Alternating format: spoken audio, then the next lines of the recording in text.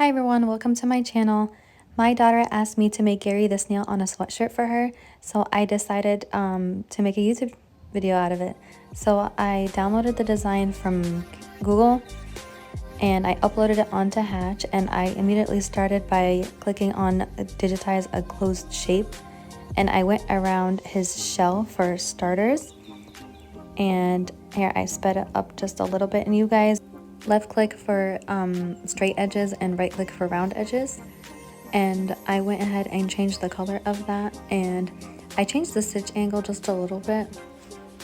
And for all you professional people that do those anime ones, I'm not professional, I'm self-taught, and I'm just teaching people what I know and what's helped me, so please don't come at me in the comments. And you guys, please do bear with me because it is my first time making a YouTube video.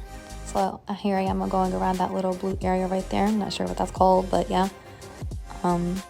With a tatami stitch. So I clicked on it, I changed the color. It's already a tatami stitch and I want to keep it tatami. On the left there, it says add stitch angles, and I just made it 90 degrees to give a little bit of dimension there. And for his eyes, I used digitized blocks.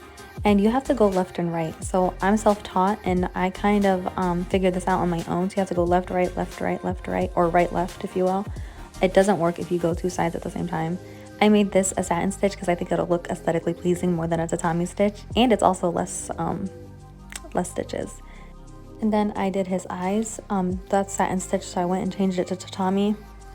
On the upper right there, it says zoom. So you can click on it and click the area that you would like to zoom, which is that little bottom area. I like to do everything by color, but you don't have to. You can group everything at the end. That way when you're doing it on your embroidery machine, you don't have to keep changing colors, if you will. Especially for those that have like the one needle machines. That's pretty annoying to go back and forth. To the left there, I clicked add stitch angles and made everything 90 degrees. And you'll see how much nicer it'll look right now here in a second.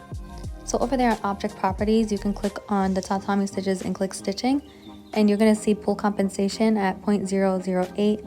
I'd like to change that to 0.012. On fill, I would go in to where it says stitching, and I would make it 0.017 instead of 0.016. And here I am doing the eyes. On the upper left right there, I click duplicate and move it to the other eye, and then I'll kind of see if I have to play around with it a little bit. And yeah, I had to make it a little smaller. I think I had to move it a little bit, but nothing much. And I'll go ahead and do the same thing for his pupils. Like I said, you guys, I'm not a professional or anything, but this is just what I've taught myself, and it does work for me when I stitch it out. So I'll duplicate this, put it on the other side, and then I'll change the stitch angles. And next I'm gonna do his outline. And you guys, I usually do the outline in the beginning, but for some reason I just decided not to this time. It's easier when you do it in the beginning. It doesn't really make a difference, but it is easier when you do it in the beginning. So here I am, I'm starting off on the top.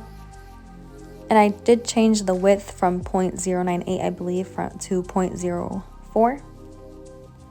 And I like to go back and forth to make sure everything looks great. I don't want to work and make it not look good. So I go in back and forth to make sure that the stitching does look good. And me being me, I cannot stand the colors there, so I have to go into the section where it says sequence, click colors, and change it to black. That way I could work with myself there. I did change it to 0.02 just for my being, but I did at the end change it back to 0.04. 0.02 is way too thin and it will not look aesthetically pleasing, guys. And now that that's done, I change it to black, and then I'm gonna go ahead and do his shell next. And guys, don't worry about it if it's not perfect. You can always go back and fix it. There's a little section right there in the upper left where it says reshape, and you can fix the nodes. I then made sure it's a satin stitch, clicked outline, and then clicked the circle, and I'm gonna give his eyes an outline right there. Always make sure you give everything an outline. I feel it looks very awkward if you have a satin stitch and don't give it an outline. That's just me personally, but I really do think it gives your embroidery a nice look. I didn't like the way that looked, so I went into the reshape button right there and fixed the nodes. And all you have to do is click the space bar and it'll turn it to the opposite node. So far so good. Go to the left, click digitize blocks, make sure it's a satin stitch, and instead of outline I'm going to click fill, and I'm going to go left, right, left, right.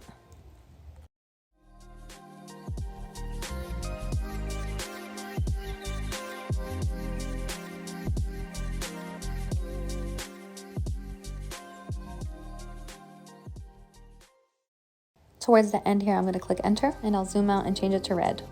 And last but certainly not least, I'm going to make these little circles right there. You can always click digitize close shape and do that, or you can use the digital blocks. I use digital blocks. I just think it's easier that way. I click satin stitch. Obviously, they're smaller and they just look nicer as a satin stitch. Less stitches, it does look nicer. And last two right here.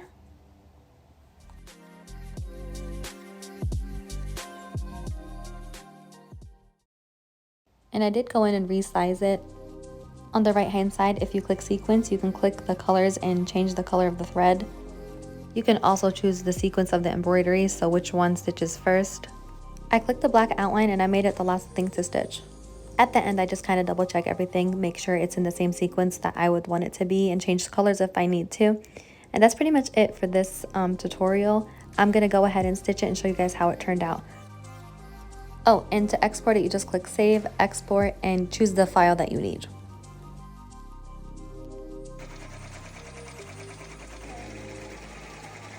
All right, you guys, here's the final product. I think it looks pretty great, especially for someone that's self-taught.